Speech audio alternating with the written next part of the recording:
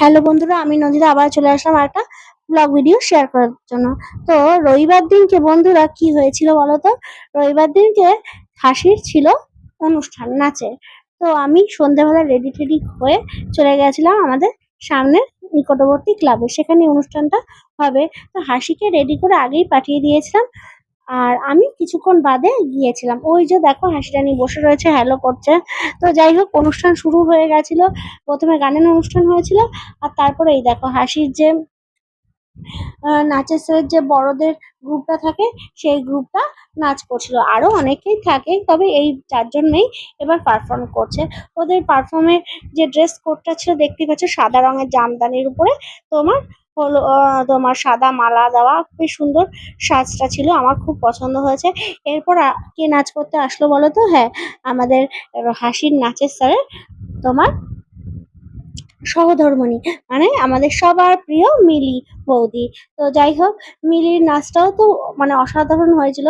আর তারপরে একে একে সবাই পারফরমেন্স করতে আসছিল। আর দেখো, আর দর্শকরা ওদের পারফরমেন্স মন দিয়ে দেখছিল।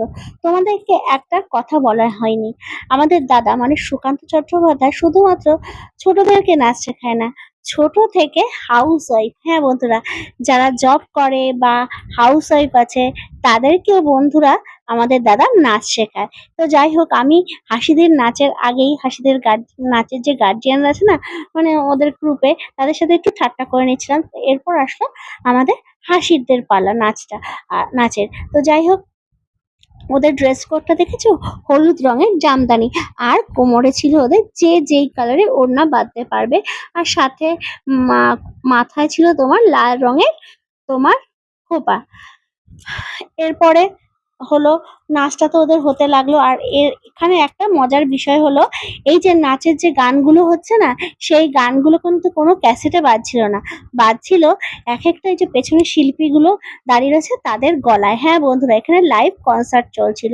আর এই উদ্যোগটা এত সুন্দর, খুবই ভালো লাগছিল। শুধু আমার ভালো লাগেনি, সমস্ত দর্শকদেরই ভালো লাগছিল।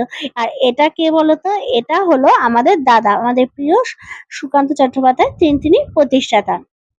তো যাই হোক, দাদার মানে পারফরমেন্স হলো একটা অন্য লেভেলের, তোমাদের তো বলার উপায় নেই। তো দাদার পারফরমেন্স হয়ে যাওয়ার পরে একে একে অন্যান্য যেসব শিল্পীরা আসলো, তাদের পারফরমেন্স তো খুব ভালো ছিল। তারা এইভাবে একে একে সব শিল্পীদের পারফরমেন্সের মধ্য দিয়ে একটা সুন্দর সন্ধ্যা আমরা উপহার হিসাবে পেলাম। আর একটা কথা তোমাদের বলার হয়নি, সেটা হলো হাসির নাচের পারফরমেন্স দেখতে পারেনি, কারণ